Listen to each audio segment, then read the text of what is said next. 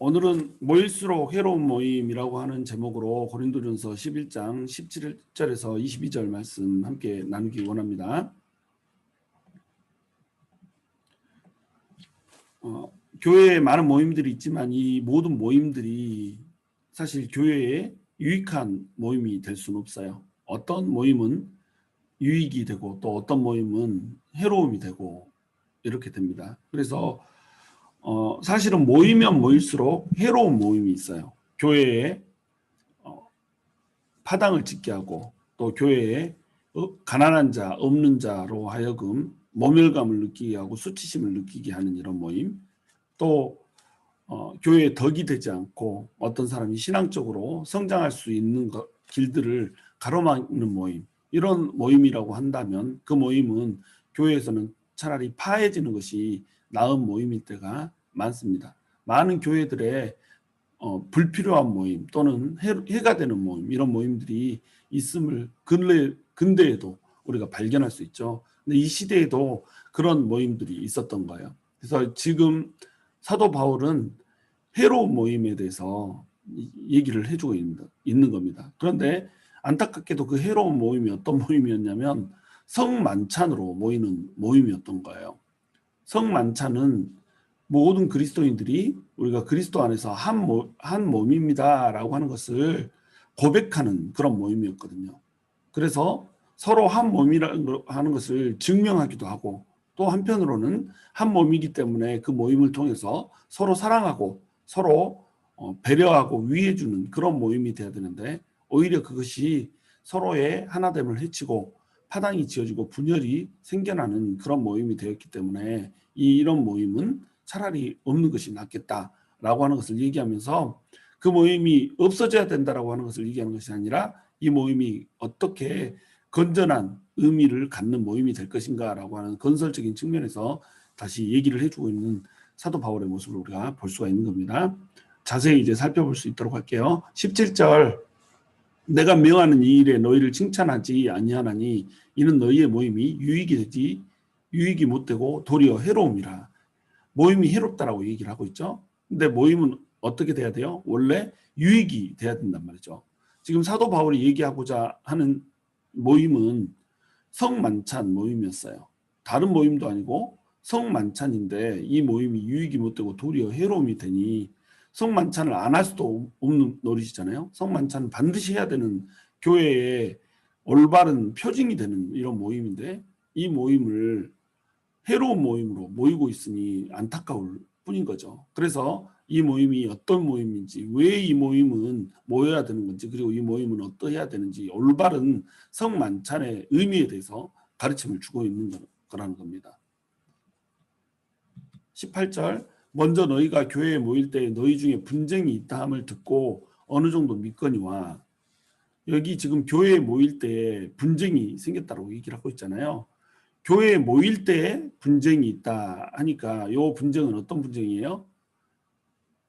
고린도전서 1장에 나오는 그 분쟁이 아니에요. 고린도전서에서 맨 처음 나왔던 그 파벌, 아볼로파, 게바파, 바울파, 그리스도파 이런 식으로 나눠가지고 싸웠던 그 분쟁이 아니라 교회에 모일 때 생기는 그런 분쟁이었던 겁니다. 그러니까 성만찬으로 교회에 모였는데 이때 파벌이 생긴 거예요. 이 파벌은 어떤 파벌이었냐면 부자와 가난한 자 사이에 파당이었던 겁니다. 부자들이 성만찬으로 모였는데 성만찬에 와서 자기들이 먼저 먹고 마시고 이렇게 해버렸던 거예요.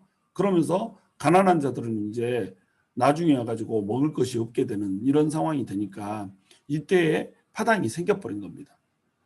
19절, 너희 중에 파당이 있어야 너희 중에 옳다 인정함을 받은 자들이 나타나게 되리라. 파당이 있다라고 하는 것은 교회에 위기가 왔다는 거잖아요. 근데 이 갈등이라고 하는 것은 언제나 양가성을 갖는 거거든요. 갈등이 있다, 그 말은 지금 현재 교회에 갖고 있는 문제가 드러났다는 거예요. 그러니까 문제가 드러났으니까 이것은 뭔가요? 위기죠. 위험한 거죠.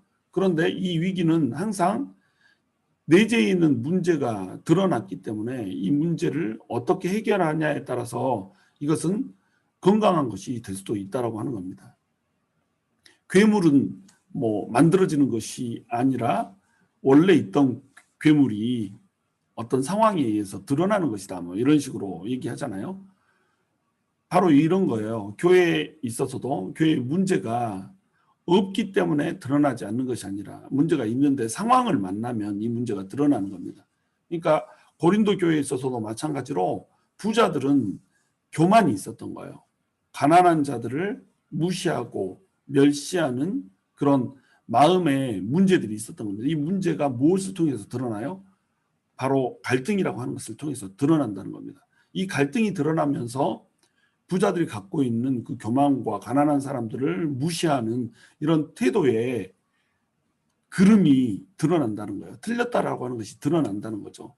그러면서 이것이 문제 있지 않냐라고 주장하는 사람들이 나타나게 되고 이것을 이 주장을 이제 공론화시키면서 고쳐야 되지 않겠는가라고 하면서 옳다 인정함을 받는 사람들도 나타나게 된다는 거예요. 그러니까 문제는 항상 이 갈등, 문제 이런 것들은 그른 사람과 옳은 사람, 그른 태도와 옳은 태도 이런 것들을 명확히 하는 이런 이 선작용도 있다는 거예요. 갈등은 항상 나쁜 것이 아니에요. 갈등은 때로는 양가성을 가지면서 좋은 쪽으로 반응을 할 수도 있다는 겁니다. 마치 초대교회에 교리가 없었고 뭐 정경이 결정되지 않았었잖아요. 그래서 예수님이 가르쳐 주신 말씀들 이런 말씀들이 쪽복음으로 이제 누가복음이면 누가복음, 마태복음은 마태복음 이게 따로 돌아다니고 이렇게 있었죠. 그런데 하나님의 말씀이라고 그 말씀을 예수님께서 받은 그대로 써놓은 그 말씀이 있는 반면에 아무것도 아닌 사람들이 그냥 자기 마음대로 글 써놓고 이거 하나님의 말씀이라고 들이미는 이런 사람들도 있었단 말이죠. 그러면서 여기저기서 뭐 이단적인 사설들이 나오기 시작한 거예요. 그리고 하나님의 말씀도 잘못 이해를 해가지고 그 잘못 오해한 거 가지고 이것이 복음이요 진리다 이렇게 퍼뜨리는 사람들이 있었다는 거죠. 이런 이단들이 나오면서 이제 하나님의 말씀은 요거다. 누가복음하고 사도행전만 신약에서는 하나님의 말씀으로 인정한다. 막 이런 식으로 하는 사람들이 등장을 했기 때문에 아 이거 큰일 나겠구나 이렇게 해가지고 정경이라고 하는 것을 확정을 짓게 된 거죠. 그래서 정경이 확정 지어지고 난 다음에는 이제 다른 사람들이 아무리 책을 많이 써도 이것들은 그냥 무시해도 되는 책들이 되게 된 거예요. 마찬가지로 잘못된 교리가 또 등장함으로 말미암아서 우리가 믿는 신앙이라고 하는 것은 이런 것이다라고 하는 것을 신조로 또 교리로 딱 확정을 시켜 놓잖아요. 그렇게 해놓으면 다른 성경을 이상하게 해석하는 그런 사람들의 교리들은 마땅히 틀린 교리로 이제 배제를 시킬 수가 있게 되는 겁니다. 이것을 처음부터 했던 것이 아니고 이 작업을 하게 된 배경이 뭐냐면 틀린 사람들이 자꾸 나와서 문제를 일으키고 갈등을 조장을 하는 거예요. 그러니까 이것들이 틀렸다라고 하는 것이 드러나게 되고 이 틀렸다라고 하는 것에 반응해서 옳은 것이 무엇인가라고 하는 것을 규정을 하다 보니까 오히려 그들이 잘못 주장했던 이것이 좋은 결과를 내게 되는 이런 과정이 바로 교회의 정경이 채택되고 또 교리가 채택되는 과정이었단 말이죠. 그러니까 잘못된 것을 통해서 우리가 옳은 것을 드러나게 된다는 겁니다. 우리가 전도를 하려고 하는데 어떤 사람이 너무너무 막 이렇게 꼬장을 부리면서 요 잘못된 생각들을 막 얘기를 해요. 근데 그것에 대해서 맨 처음에는 우리가 대적을 잘 못하잖아요. 이거 저 사람 말이 맞는 것 같기도 하고 아리까리하고 막 이러잖아요. 그러다 보면 우리가 공부를 하게 되잖아요. 이 사람이 말하고 있는 것이 왜 틀렸는지 틀린지는 알겠는데 왜 틀렸는지를 모르겠어. 그러니까 공부를 하다 보면 어떻게 돼요? 아 이제 이 사람들이 하는 말을 어떻게 대적할지 이렇게 대적할 말들이 생각나고 진리가 더욱더 뚜렷해지고 이런 역할들을 하게 된다는 겁니다. 지금 고린도 교회에 생겨나고 있는 부자와 가난한 자 사이에 이 파당이 어떤 역할을 하고 있냐면 성만찬에 대한 잘못된 태도가 드러나고 그들의 그름이 드러나는 것을 지금 선작용으로 우리가 그들이 받아들이고 있는 겁니다. 그러면서 어떤 것이 올바른 성만찬인가라고 하는 그 옳은 성만찬의 의미를 지금 찾아낼 수 있는 결과들로 이어지고 있다라고 하는 거예요. 그러니까 19절에 너희 중에 파당이 있어야 너희 중에 옳다 인정함을 받은 자들이 나타나게 되리라 이렇게 사도 바울이 말씀을 하고 있는 겁니다. 20절 그런즉 너희가 함께 모여서 주의 만찬을 먹을 수 없으니 이는 먹을 때에 각각 자기의 만찬을 먼저 갖다 먹으므로 어떤 사람은 시장하고 어떤 사람은 취함이라. 고린도 교회 지금 문제는 뭐냐면 성만찬을 일반 만찬으로 전락을 시켜버린 겁니다. 이때 당시에 성찬식은 우리가 예배 중에 성찬할 떡과 포도주를 이렇게 차려놓고 그거 나와서 먹고 들어가는 이런 식의 성찬이 아니었어요. 이때 당시에 성찬은 애찬을 하는 겁니다. 이렇게 마지막 날 예수님께서 성만찬을 제정해 주신 그 날처럼 그렇게 똑같이 하는 거예요. 성만찬이 성찬식만 준비를 했던 게 아니라 함께 제단과 떡을 떼고 마시고 교제하다가 그 다음에 떡과 포도주를 이렇게 마시면서 이 떡은 내 살이고 이 포도주는 내 피라 이런 식으로 예수님께서 말씀을 해주셨잖아요. 그것과 똑같이 그 모델을 갖다가 쓰는 겁니다. 그래서 애찬을 먼저 하고 교제를 나누다가 마지막에 성찬식으로 들어가는 거예요. 그래서 이 전체가 이제 성만찬이 될 수 있도록 이런 식으로 한 게 그들이 가지고 있던 성만찬이었다는 거죠.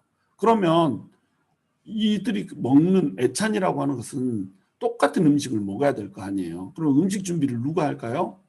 각자 집에서 음식을 가져오는 겁니다. 그러니까 팔럭 파티처럼 이렇게 각자 음식을 하나씩 가져오는 거예요. 그러면 부자인 사람은 어떤 음식을 가져올까요? 아주 고급진 음식을 가져오겠죠. 또 부자인 사람은 돈이 많으니까 음식의 양도 많이 준비할 수가 있겠죠. 그런데 빈궁한 사람은 어떨까요? 음식을 가져올 수가 없는 겁니다. 그런데 빈손으로 올 수는 없으니까 가장 기본적인 이런 음식들을 가져오는 거예요.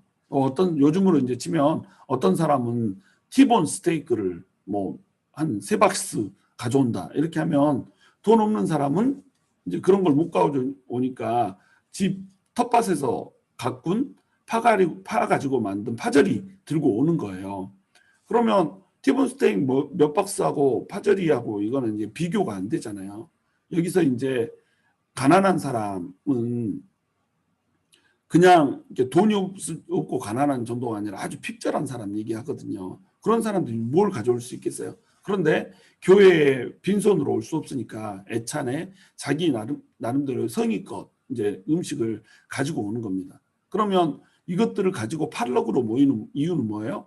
누가 무엇을 가져왔는지 알 수 없게 해놓고 전부 다 쫙 깐 다음에 같이 음식을 나눠서 먹어야 되는 거예요. 근데 이때 뭐가 문제였냐면 부자들이 자기들이 더 좋은 것을 가져오니까 자기들이 더 잘난 사람들로 생각을 한 거예요. 그래서 음식을 가져와 놓고 자기들이 먼저 먹기 시작한 겁니다. 가난하고 빈궁한 사람들, 이 사람들은 아직 나타나지를 못했어요. 뭐 부끄럽고 뭐 이러니까 좀 나중에 오려고 했었나 보죠. 근데 이 사람들이 오기 전에 부자들이 자기들끼리 막 먹고 마시고 이러면서 어떤 사람들은 이미 다 사람이 모이기도 전에 취해버린 거예요. 모든 사람들이 모이면 다 같이 애찬을 해야 될 거 아니에요. 애찬이라고 하는 것은 사랑의 애자거든요.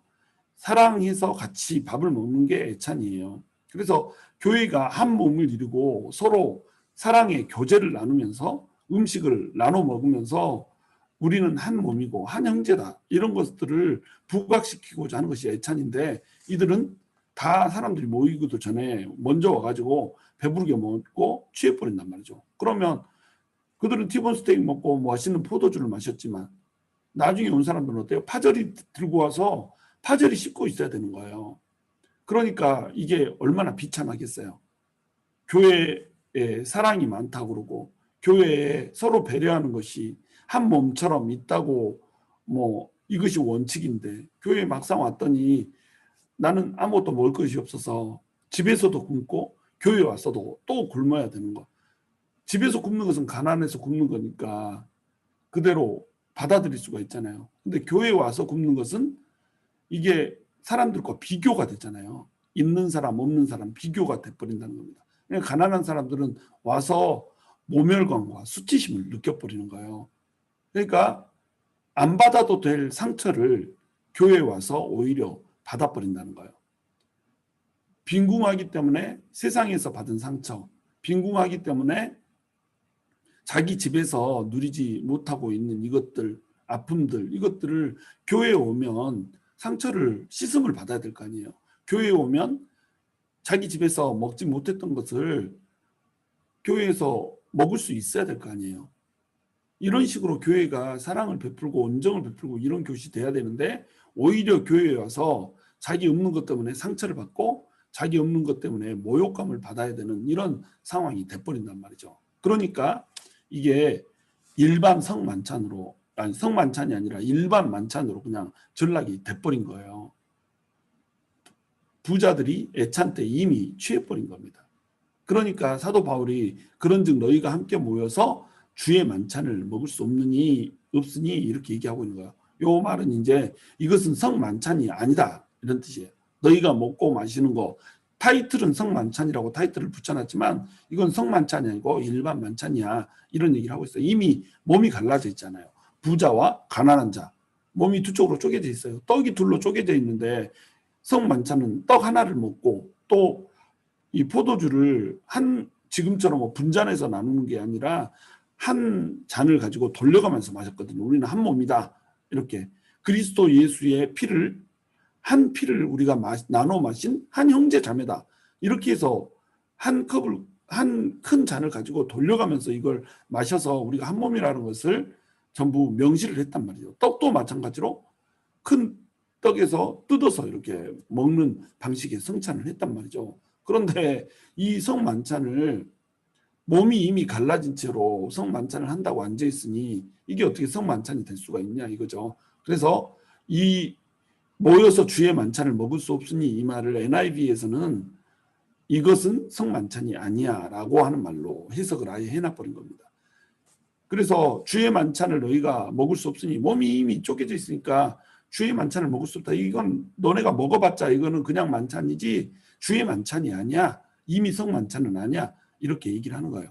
갈라진 몸으로 성만찬을 먹을 수가 없다는 겁니다. 또 이것을 성만찬이라고 하는 타이틀을 갖고 먹는다고 하더라도 이것은 성만찬이 아니라고 하는 거예요.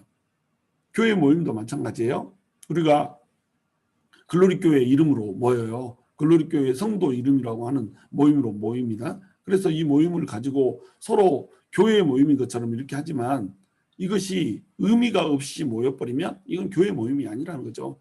교회 모임을 일반 모임으로 전락을 시켜버리면 안 된다는 거죠. 모여가지고 맨 불필요한 얘기하고 정치 얘기해가지고 이게 뭐 진보, 보수 이렇게 파당이 나뉘어지고 이러면 이 모임 뭘라 하겠어요. 모임 해봤자 파당만 생기는 걸. 모임하면은 맨날 가십하고 이 편 저 편 짝지어가지고 나는 이 사람 편이고 나는 저 사람 편이고 이래가지고 서로 헐뜯고 물어뜯고 이러려면 뭐하러 모이겠어요. 이런 모임 패하는 게 낫지. 그러니까 모임을 하면 이 모임이 거룩한 교회의 모임이 돼야 되는데 그렇지 못하면 이것은 교회의 성도라고 하는 이름을 갖고 모였어도 이건 교회 모임이 아니라는 거죠. 그냥 세상 모임이라는 거죠.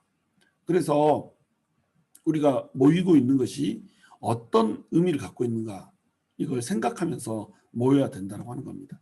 22절 너희가 먹고 마실 집이 없느냐, 너희가 하나님의 교회를 업신여기고 빈궁한 자들을 부끄럽게 하느냐, 내가 너희에게 무슨 말을 하랴, 너희를 칭찬하랴, 이것으로 칭찬하지 않노라. 먹고 마실 집이 없어서 교회에 와서 지금 먹고 마시고 있냐 이거죠. 부자들은 집에서 충분히 잘 먹잖아요. 교회에 와서 안 먹어도 집에서 이미 잘 먹고 있죠. 그러니까 배고프면 그냥 집에서 배부르게 먹고 교회에 와서는 가난한 사람들이 오기 전에 먼저 먹지 말라는 거예요. 먹고 마실 집이 없어서 교회에 와가지고 먹고 마시고 있냐 이거죠. 이 행위는 어떤 행위예요? 하나님의 교회를 업신여기는 행위라는 겁니다. 하나님의 교회는 서로 사랑하고 서로 위하고 서로 아끼라고 모여놓은 거잖아요. 그런데 이 교회에 와가지고 자기 생각만 하는 거예요. 자기 입장만 고수를 하는 거죠. 먹고 마실 집이 없어서 교회에 와가지고 가난한 사람들이 도착하기도 전에 먼저 먹고 마셔서 심지어는 술에 취해가지고 사람들이 오면 협곡으로 된 소리로 안녕하세요 이러고 있고 이러면 이게 무슨 놈의 교회가 이런 교회가 있냐 이거죠. 그러니까 이런 태도를 보이면 이것은 그냥 가난한 사람들을 업신여긴 게 아니라 하나님의 교회 자체를 업신여긴 거라고 하는 겁니다. 그리고 그 가난한 사람들은 누구예요? 형제 자매잖아요. 하나님의 자녀들이잖아요. 하나님의 자녀들을 가난하다는 이유로 부끄럽게 만들어 버려요. 그러면 안 된다는 거죠. 빈궁한 자들을 부끄럽게 하느냐. 하나님을 우리가 경외한다. 하나님을 사랑한다. 이러면 빈궁한 자들을 부끄럽게 만들면 안 되는 겁니다. 없는 사람, 연약한 사람, 또 무지한 사람, 못 배운 사람, 또 돈이 없는 사람, 권력을 갖지 못한 사람, 사회에서는 항상 소외된 사람, 이런 사람들을 부끄럽게 만들면 절대 안 된다는 거예요. 이 사람들이 우리 한 몸이기 때문에 이 사람들이 부끄러워지면 한 몸인 교회의 일부가 부끄러워지는 거잖아요. 그러면 누가 부끄러워지는 거예요? 예수님이 이 교회의 머리인데 예수님이 부끄러워져 버리는 거잖아요. 빈궁한 자들도 없는 사람들이지만 예수님의 한 몸의 일부란 말이죠. 그러니까 이들을 부끄럽게 하면 안 된다는 거예요. 이 사람들은 세상에서 충분히 부끄러움을 가지고 왔잖아요. 충분히 세상에서 아픔을 가지고 왔잖아요. 그러니까 교회에 들어오면 이 사람들이 먼저 배려를 받아야 되는 거예요. 우리 항상 막 있는 사람들을 먼저 우대하고 뭐 이런 문화들이 있잖아요. 왜 교회에서도 어떤 국회의원이 왔다 그러면은 뭐 단에 막 세워가지고 인사할 시간을 주고 막 이렇잖아요. 이런 것을 절대로 하면 안 되는 겁니다. 교회는. 그 사람은 세상에서 충분히 칭송받잖아요. 교회에서 우대를 해야 되는 건 누구예요? 세상에서 칭송받지 못하는 사람들을 우대를 해줘야죠. 세상에서 인정받지 못하는 사람들을 교회에서 더 배려하고 더 인정해주고 이래야 되죠. 연약한 사람들이 먼저 먹을 수 있게 해주고 연약한 사람들이 먼저 자기 할 말을 할 수 있게 해주고 이래야 교회죠. 그렇지 않은 사람들은 충분히 세상에서 먹을 기회도 있고 말할 기회도 있잖아요. 그러니까 교회에서는 배려를 해야 되는 겁니다. 평소에 말할 수 없는 사람들에게 말할 수 있는 기회를 주고 평소에 가지지 못한 사람들에게 또 교회에 와서는 마음 편하게 누릴 수 있는 기회들을 주고 이렇게 먼저 그들이 누릴 수 있게 이렇게 해줘야 교회죠. 그래야 한 몸이죠. 한 몸이라고 하는 게 뭐예요? 왼쪽 손이 아프면 오른쪽 손이 왼쪽 손을 싸매고 이렇게 해줘야 되는 거잖아요. 한 사람이 아프면 다 아픈 거예요. 한 사람이 또 기쁘면 다 기쁜 거예요. 이게 돼야지 교회죠.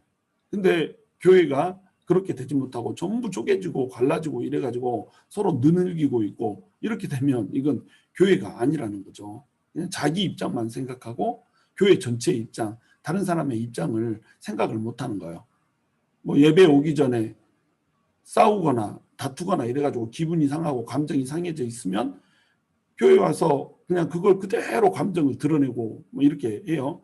감정 컨트롤을 하지를 못하는 겁니다.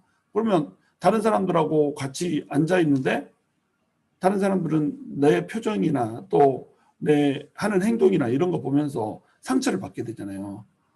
저 사람이 나한테 감정이 있나? 저 사람이 날 미워하나? 저 사람이 날 싫어하나? 이런 식으로 된단 말이죠. 그러니까 교회에 오면은 항상 배려가 생겨야 된단 말이죠. 그래서 나 말고 다른 사람들은 나 때문에 상처를 받지 않을까? 나 때문에 시험이 들지는 않을까? 이런 것들을 항상 생각하면서 자기를 컨트롤할 수 있어야 되죠. 있는 사람은 내가 좀 다른 사람들이 먹을 수 있게 내가 많이 먹고 싶어도 좀 자제를 해야겠다. 먼저 먹고 싶어도 또 참고 자제하면서 없는 사람이 와서 먹을 수 있게 해줘야겠다. 배려해줘야죠. 내 하고 싶은 얘기만 막 늘어놓는 게 아니라 저 사람은 무슨 얘기를 하고 싶을까? 저 사람의 마음속에는 어떤 고민과 갈등이 있을까? 말할 수 있게 해줘야죠. 그런데 내 하고 싶은 말만 막 쏟아놓고 간단 말이죠. 또 내가 감정이 상해 있어서 표정 뭐 일그러뜨리고 막 이러고 싶은 이런 마음이 있고 내가 관리가 안 되고 이래도 이것이 성숙한 자리로 가야죠. 그래서 기분 나쁜 일이 있고 이래서 이것을 숨길 수 있어야 되죠. 다른 사람들이 편할 수 있게 배려를 해주고 이런 식으로 돼야 되는데 나만 중요한 거예요. 나. 이렇게 내가 복음이 돼버린 거죠. 그냥 내가 복음이에요. 제일 중요한 건 나. 이렇게 되니까 교회가 한 몸이 될 수 있나요? 한 몸이 되지 못하죠. 쪼개지고 나만 소중하니까. 이것이 결국에는 하나님의 교회를 업신여기는 행위라고 하는 겁니다. 하나님을 우리가 소중히 여기지 않고 있다는 거예요. 우리가 하나님을 소중히 여기잖아요. 그러면 교회를 소중히 여기게 되는 겁니다. 하나님을 소중히 여기잖아요. 그러면 빈궁한 사람, 연약한 사람, 없는 사람, 할 말이 많지 않은 사람, 함부로 자기를 드러내놓고 말하지 못하는 사람, 이런 사람들을 소중하게 여기게 되는 거예요. 그런데 이런 사람들을 소중하게 여기지 않고 자기의 이 관점에서 자기 주장만 하고 또 자기 하고 싶은 대로 행동하는 이런 행위는 다른 사람들을 무시하는 행위라는 겁니다. 다른 사람들을 무시하면 이건 뭘 무시하는 거예요? 교회 전체를 무시하는 거고, 교회 전체를 무시하는 건 누구를 무시하는 거예요? 하나님을 무시하는 거라는 겁니다. 그러니까 자기를 절제하고 컨트롤할 수가 있어야 된단 말이에요. 그러면 이제 바울은 뭐라고 그래요? 너희가 먹고 마실 집이 없느냐? 이럴 거면 차라리 너네 집에서 그냥 먹고 마시고 교회에 성만찬 한다고 오지 말아라. 이렇게 얘기하고 있잖아요. 그러면 우리 이제 어떻게 반응할 수 있겠어요? 아이, 그럼 나는 집에서 그냥 먹을래. 성만찬이고 먹을 참석 안 할래. 이렇게 반응할 수 있겠잖아요. 바울이 이렇게 말하는 의도는 뭐예요? 집에서 그냥 먹어라 이 말 하는 게 아니잖아요. 우리 자식들이 말 안 듣고 막 이럴 때 부모들이 나가 죽어 막 이렇게 하잖아요. 이게 진짜로 나가서 죽으라는 얘기 아니잖아요. 근데 어린 애들은 어떻게 반응을 해요? 진짜로 나가버리잖아요. 그래가지고 이놈 새끼 어딜 나가 그러면 엄마가 막 나가라고 그랬잖아 막 이런 식으로 싸우잖아요. 이게 어리다는 증거입니다. 그럴 거면 그냥 집에서 먹어 이 말은 뭐예요? 성만찬의 진정한 의미를 생각해라 이 말이거든요.